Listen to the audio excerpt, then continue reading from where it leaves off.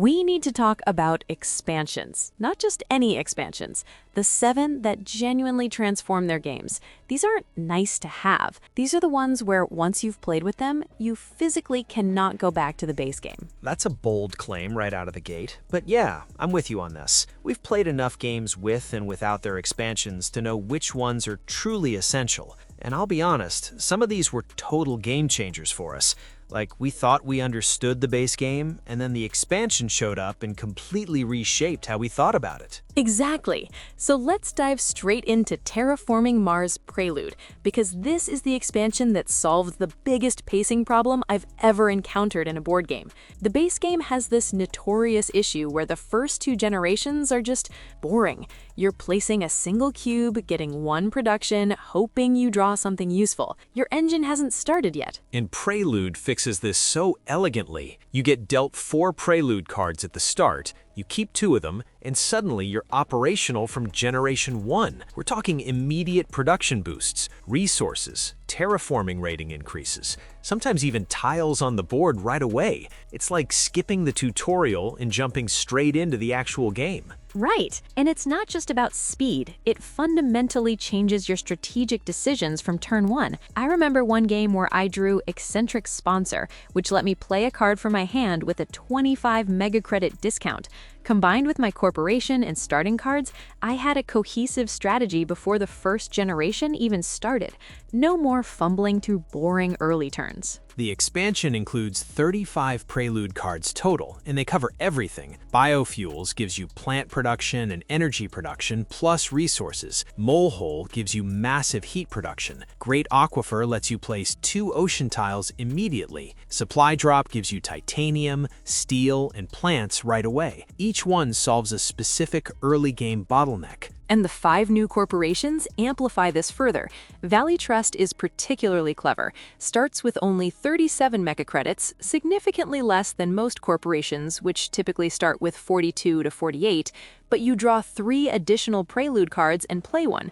That's a meaningful trade-off. Robinson Industries lets you pay 4 mega credits to raise whichever production track is lowest, which creates interesting optimization decisions. What's brilliant is that it doesn't add complexity. There are no new phases, no additional rules to explain. You deal the cards, pick 2, play them alongside your corporation reveal, and you're off. The expansion also restructured solo mode entirely, TR63 variants, where you win by reaching that rating through any means, plus a new standard project called Buffer Gas that converts spare resources into rating boosts. In our experience, our games went from 120 minutes down to about 95 minutes consistently, and the quality of those 95 minutes is dramatically higher.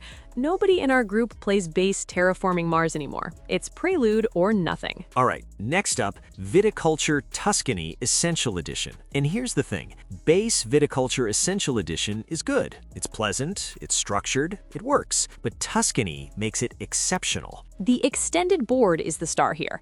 Instead of just summer and winter, you get all 4 seasons. And this isn't just aesthetic, it transforms how seasonal planning works. Actions are distributed across the year more logically. The new wake-up chart system is brilliant. Instead of just choosing turn order, you're selecting season-specific bonuses. We had a game where those wake-up bonuses completely shaped my strategy. I was running a restaurant structure, one of the building cards that lets you convert a grape and wine into 3 victory points and money. The wake-up chart kept feeding me exactly what I needed, without spending worker actions. It felt like the game was finally giving me the tools to execute a focused strategy. The expansion also includes an influence map, where you place stars for immediate rewards and end-game victory points. Structure cards add personal player powers, a fermentation tank that lets you make wine immediately after harvesting, buildings that streamline production, special workers give you 11 different options, with 2 picked each game, creating 55 possible combinations. What's remarkable is that it doesn't add complexity. We've taught new players with the expansion included, and they picked it up without issue. The game does push from 20 to 25 victory points as the win condition, but in our experience, games don't drag. They feel more complete. The downside is real, though. At 5 to 6 players with Tuscany, expect 2.5 to 3 hour playtimes. The tighter worker placement economy of Base Essential Edition is also somewhat diluted. More action options mean less blocking and direct competition. Agreed, but for most groups, Tuscany completes the game's vision. The wake-up chart makes seasonal planning meaningful, the influence map creates a second-tier strategic layer, the structures give you reason to invest in your personal board. Ticket to Ride 1910. Let me be blunt. The original Ticket to Ride has embarrassingly small cards. They're half-sized, fiddly, miserable to handle. Shuffling them feels like a punishment. The 1910 expansion exists primarily to fix this problem. 181 full-sized cards total. That's 141 replacements for the original deck, plus 39 brand new destination tickets, and the Globetrotters bonus card. All poker size, linen finish, vibrant colors, actually shuffleable. That alone justifies the purchase. And those new tickets completely rebalance the game. The original had most long, valuable routes running east to west. Control those choke points, control the game. Cities like Washington and Las Vegas didn't even appear on destination tickets. The new tickets spread competition across the entire continent. Every city matters now. The expansion includes 3 play modes. Standard 1910 uses only new tickets. Mega Game combines all tickets for maximum chaos. And Big Cities focuses on just 35 destinations, connecting 7 major cities. Big Cities is cutthroat. The board gets congested fast. That polite, we're all building trains atmosphere vanishes. We had a game that descended into genuine competition by turn 4, players deliberately blocking routes they didn't need just to spite opponents. It was glorious. The Globetrotters bonus card awards 15 points to whoever completes the most destination tickets, incentivizing mid-game risks rather than playing it safe. If you own base Ticket to Ride without 1910, you're playing with inferior components in half the strategic depth. Carcassonne Inns and Cathedrals is next, and this one's perfect because it's mechanically lightweight but strategically dense. The base game is pleasant tiling, but once you understand it, optimal play becomes mechanical. Carcassonne Inns and Cathedrals demolishes that safety with 18 new tiles. 6 inn tiles make roads worth double points if completed, but 0 if unfinished. 2 cathedral tiles make cities worth 3 points per tile and pennant when completed, but again 0 if incomplete. It's binary. You can't split the difference. This creates genuine tension. I had a game where I built a sprawling 10-tile city with a cathedral in the middle. On my turn, I could complete it for 42 points. My opponent drew a cathedral tile and played it on an unfinished city I'd been building with another player. That city could never be completed. We both lost everything. The cathedral became a poison pill. What's brilliant is cathedral placement is reactive and destructive in a way base Carcassonne usually prevents. You're not just slowing opponents down, you're actively denying them points. The big meeple counts as 2 meeples for area control, adding tactical depth. Do you use it early to secure farmland, or save it for a contested city? The remaining 10 tiles include weird configurations that didn't exist in the base game. 4 edge city tiles, monastery city combinations, multiple separate fields. These solve actual board layout problems. You know that moment when you can't complete a feature because the exact tile shape doesn't exist? These fix that. The expansion is cheap, fits in the base game box, and transforms tile placement from pleasant to tense tactical area control. I haven't played Carcassonne without it in years. Champions of Midgard Valhalla is next, and this one's perfect because it's fixing what was broken.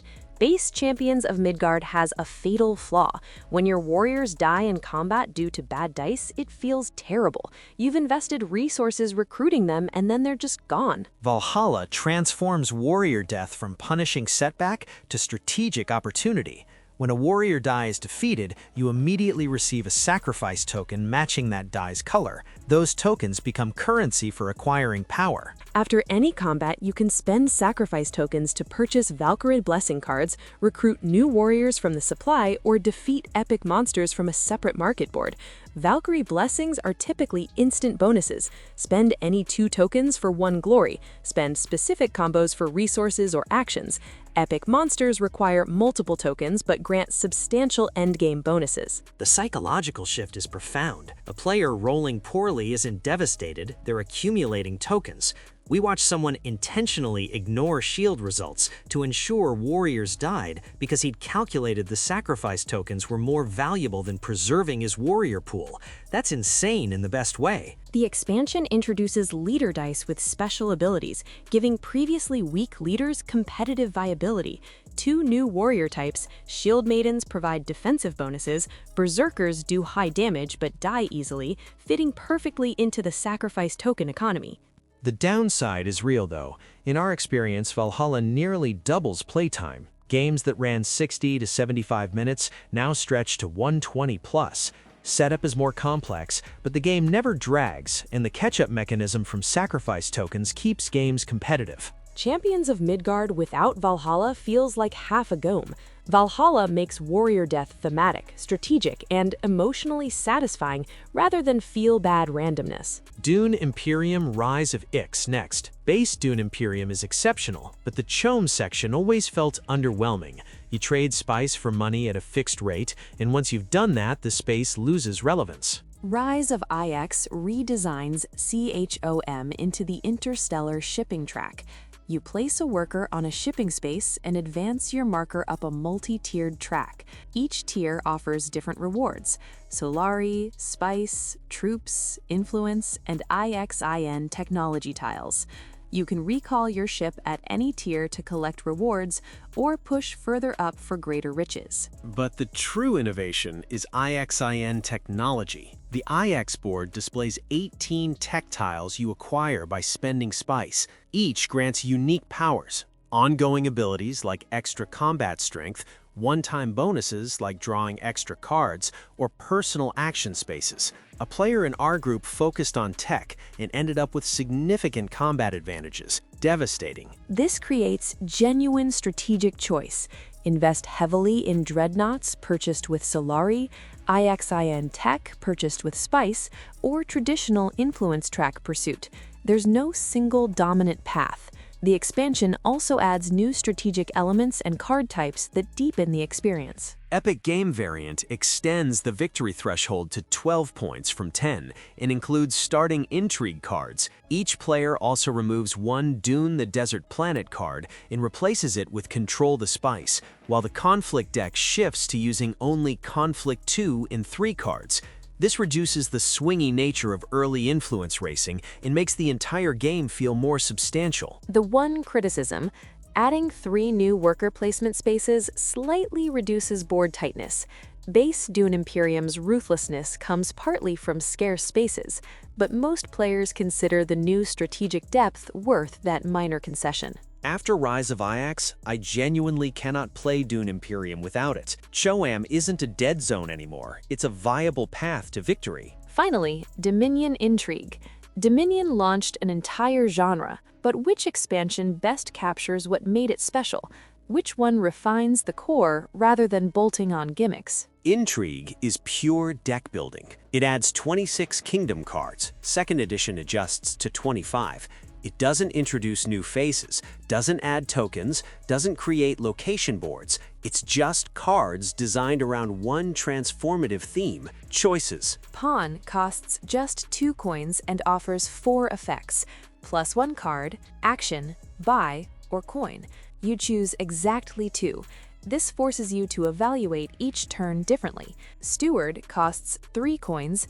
Choose +2 cards, +2 coins, or trash 2 cards. Mid-game, trashing is invaluable. Late game, you need economy. The same card plays completely differently depending on context. But the expansion's genius is dual-type cards. Victory cards that aren't dead weight. Nobles cost 6 coins and gives you a choice: draw 3 cards or gain 2 actions. This is an action card and a victory card. Play it for the effect, but it's also worth 2 victory points at endgame. Suddenly, chasing VP doesn't mean sacrificing your economy. Harem and Mill offer similar flexibility. Attack cards add tension. Torturer gives you +3 cards and forces opponents to discard 2 or gain a curse.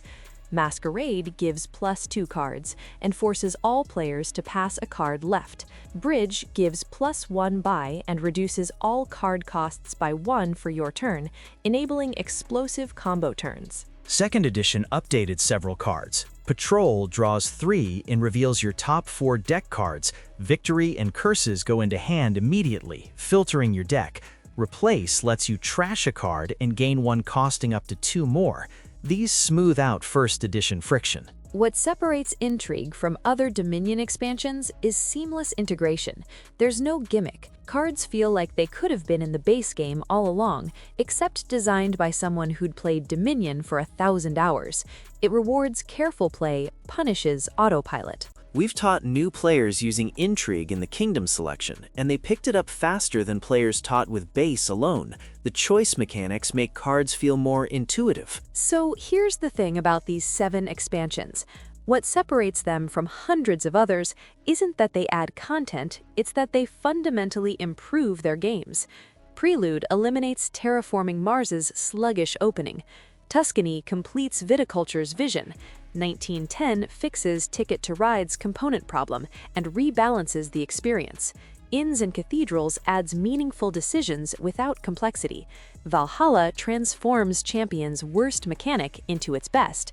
Rise of IX makes Dune's weakest board section its most interesting. Intrigue distills what makes Dominion brilliant. These aren't optional add-ons. These are the versions of these games you should be playing. Once you've experienced them, the base games feel incomplete, which is both a compliment to the expansions and a slight dig at the original designs. Fair point. Though in some cases, like Prelude or Tuscany, I think the designers learned what worked through playtesting and community feedback, then refined their vision in the expansion. That's not a flaw, that's iteration. Absolutely. And that's what makes these essential, rather than just good. They're not bolted-on content packs, they're refined visions of what these games were always meant to be. If you own any of these base games without their expansions, do yourself a favor. Pick them up. You'll wonder how you ever played without them.